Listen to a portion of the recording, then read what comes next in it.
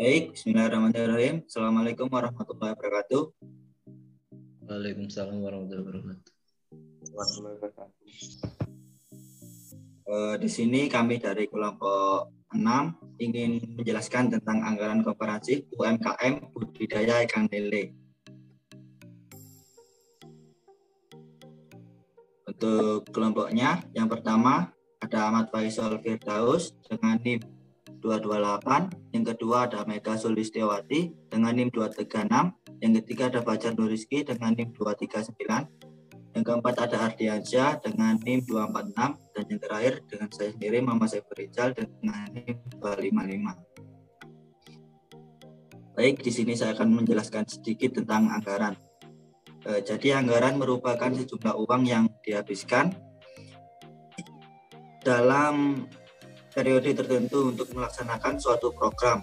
Tidak ada satu perusahaan pun yang memiliki anggaran yang tidak terbatas, sehingga proses penyusunan anggaran menjadi hal penting dalam sebuah proses perencanaan.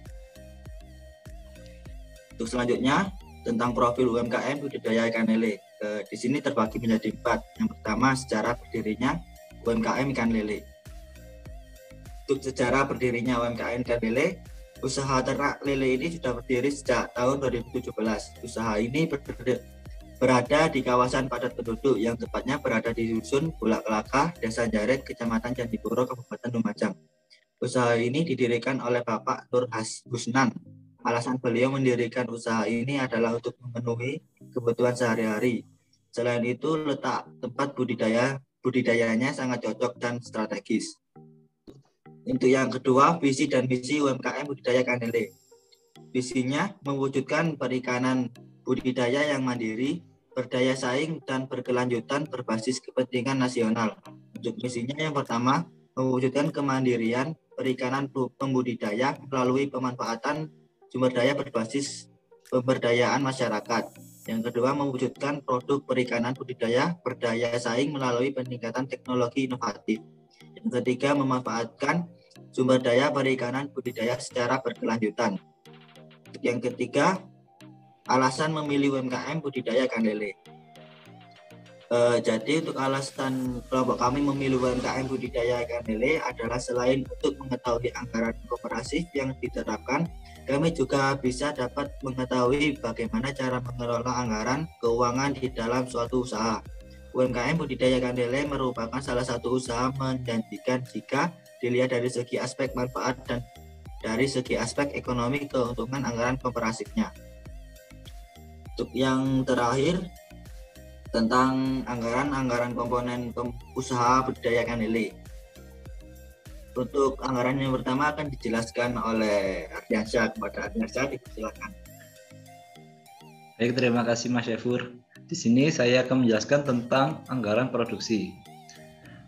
Ada dua jenis. Yang pertama ada Dumbo dan lokal. Untuk Dumbo sendiri volume penjualannya 5.000, lokalnya 3.500.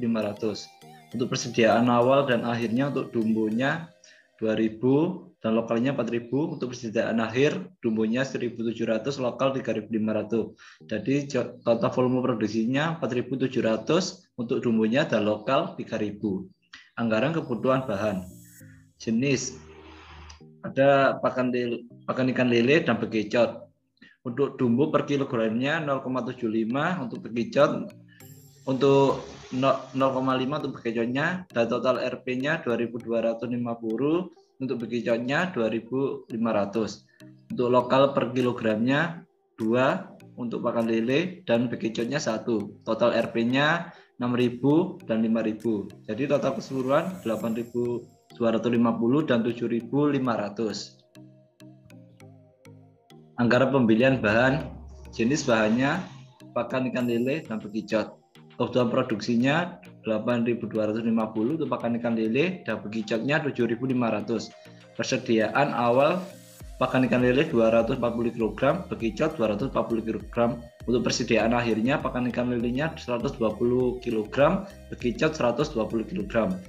Untuk pembelian pakan ikan lele per unitnya 8.130, untuk bekicot 7.380.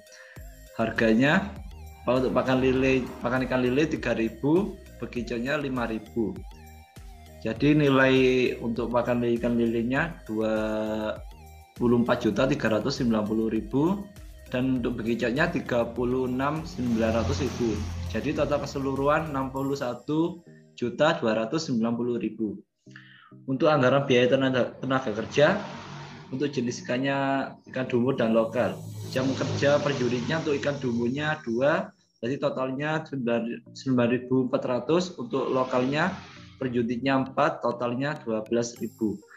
Untuk tarif per jamnya untuk ikan dumbo 3.000, untuk lokalnya 3.000. Untuk nilai ikan dumbo 28.200.000, untuk lokalnya 36 juta. Jadi total keseluruhannya 64.200.000. Sekian, terima kasih. Baik, terima kasih kepada Ardiansyah. Untuk anggaran selanjutnya akan dijelaskan oleh Fajar. Pada Fajar dipersilakan. Baik, terima kasih. Di sini saya akan menjelaskan tentang anggaran biaya overhead. Untuk nama biaya, yang pertama ada biaya bahan penolong. Yang pertama ada biaya segmen, yakni 50.000. Untuk biaya pasir ada 200.000. Dan untuk box tempat ikan lele sendiri jumlahnya 300.000. Untuk jaringnya 144.000. Dan untuk sikat pembersih itu 90.000. Dan untuk biaya tenaga kerja penolong sendiri ada biaya jaga, yakni sebesar 500.000. Yang selanjutnya ada biaya pabrikase. Untuk yang pertama biaya listrik. Di sini biaya listriknya 50.000, biaya telepon 30.000, dan biaya penyusutan mesin 150.000. Yang terakhir biaya penyusutan bangunan usaha yakni 500.000. Dan untuk totalnya keseluruhan ada 1.510.000.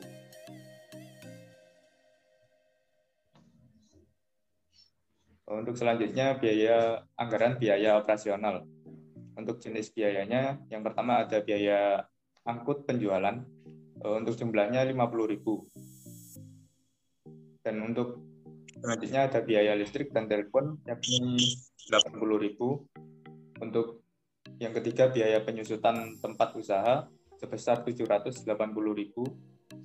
Untuk yang terakhir ada biaya pemakaian perlengkapan usaha sebesar 534.000. Dan untuk total keseluruhan biayanya untuk biaya operasional yakni sebesar 1.440.000. Selanjutnya ada anggaran laba. Yang pertama untuk penjualan sebesar 150 juta, dan untuk APP-nya yang pertama ada persediaan bahan sebesar 3.780.000 per tanggal 1 Januari 2020. Untuk selanjutnya ada pembelian bahan sebesar 61.290.000. Untuk yang selanjutnya ada bahan siap digunakan, totalnya ada 65.070.000. Untuk persediaan bahan baku per 31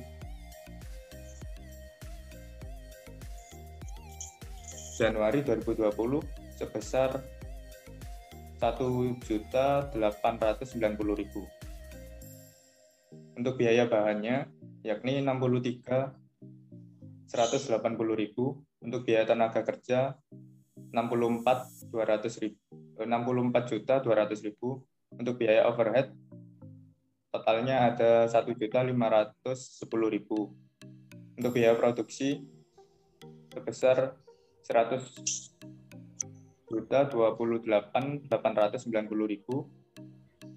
Untuk biaya siap jadi per 1 Januari 2020 itu ada 24 juta.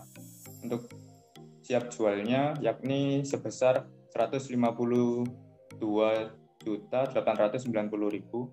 Dan untuk persediaan siap jadi totalnya ada 20.750.000. Dan untuk harga pokok penjualannya sebesar 132.140.000. Untuk laba kotor yakni sebesar 17.860.000. Untuk biaya operasional sebesar 1.440.000, dan untuk laba usaha yang dianggarkan yakni sebesar 16.420.000. Terima kasih. Baik, terima kasih kepada Fajar. Untuk selanjutnya, tentang anggaran selanjutnya akan dijelaskan oleh Mega. Mega, dipersilakan. Baik, di sini saya akan membacakan anggaran kas. Keterangan pada saldo kas 1 Januari 2020, penerimaan dana sebesar 150 juta. Kemudian ada aktivitas operasional, yaitu penjualan tunai, penerimaan 27.420, kemudian pembelian bahan baku sebesar 61.290.000, biaya tenaga kerja 64.200.000, kemudian ada biaya overhead 1.510.000, kemudian ada biaya penyusutan 650.000. Lalu ada aktivitas investasi, yakni pembelian kendaraan 1.300.000, pembelian mesin 20 juta, kemudian pembangunan kolam ikan. Lalu ada aktivitas pembiayaan, kredit bank 30 juta, obligasi 50 juta, penerimaan piutang usaha 40 juta, pembayaran utang bank 25 juta, pembayaran utang usaha sebesar 32.500. Kemudian jumlah penerimaannya 298.070.000. Lalu saldo kas selama 31 Desember 2020 yakni 90.830.000. Lalu pengeluarannya total semuanya 207.200.040. Kemudian proyeksi per 31 Desember 2020 ada kas 90.830, piutang usaha 40 juta, persediaan bahan 1.890, persediaan barang jadi 24 juta, aktiva tetap 20.950, lalu aktiva 177.670. Kemudian utang usaha sebesar 32.500, utang bank 25 juta, obligasi 50 juta, modal saham 40 juta, laba ditahan 30.170, dan total kewajiban dan ekuitas pemilik 177.670.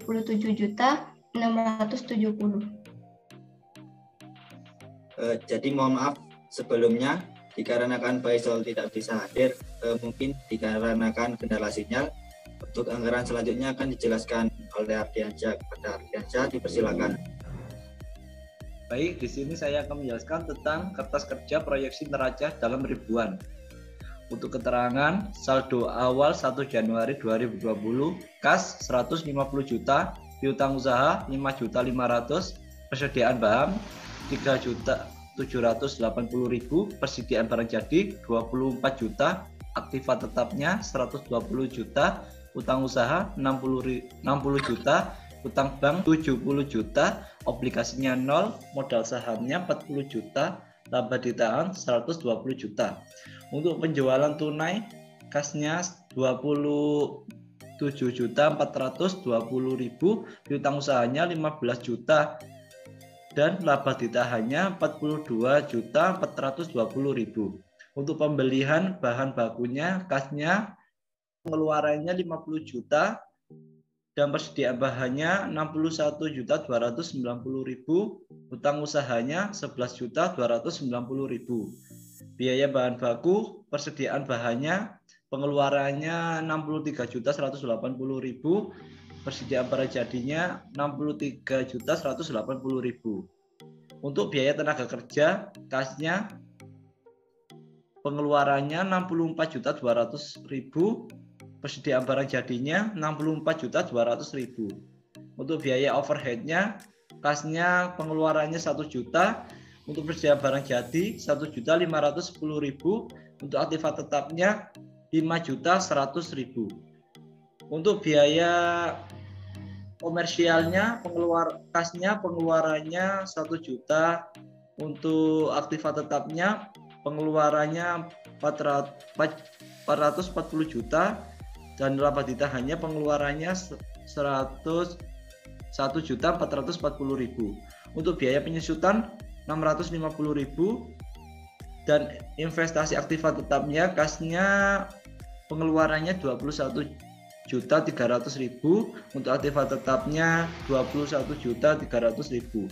Untuk kredit bank 30 juta, dan untuk utang banknya 30 juta. Penerbitan obligasinya untuk kas 50 juta, dan untuk obligasi 50 juta. Penerimaan buku utang usaha untuk kasnya 40 juta, dan untuk pembayaran utang banknya pengeluarannya 25 juta, dan utang banknya pengeluarannya 25 juta. Pembayaran utang usahanya untuk kasnya pengeluarannya 32.500.000, untuk utang usahanya 32.500.000. Dan pembebanan HPP-nya untuk persediaan barang jadinya pengeluarannya 132.140.000, dan laba ditahannya pengeluarannya 132.140.000.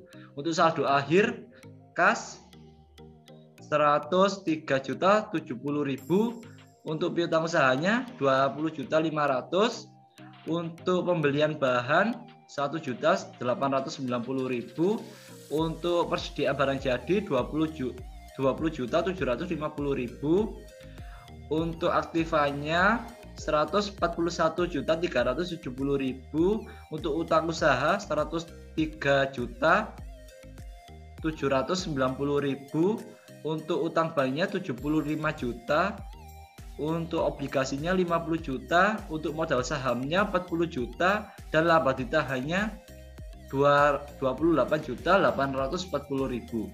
Sekian, terima kasih. Saya kembalikan lagi ke Mas Efur. Baik, terima kasih kepada Ardiansyah. Sekian penjelasan dari kelompok kami. Bila ada kesalahan kata dan tutur kata yang kurang berkenan, kami dari kelompok 6 mohon maaf yang sebesar-besarnya. Terima kasih. Wabillahi taufiq wal hidayah. Wassalamualaikum warahmatullahi wabarakatuh. Waalaikumsalam warahmatullahi wabarakatuh.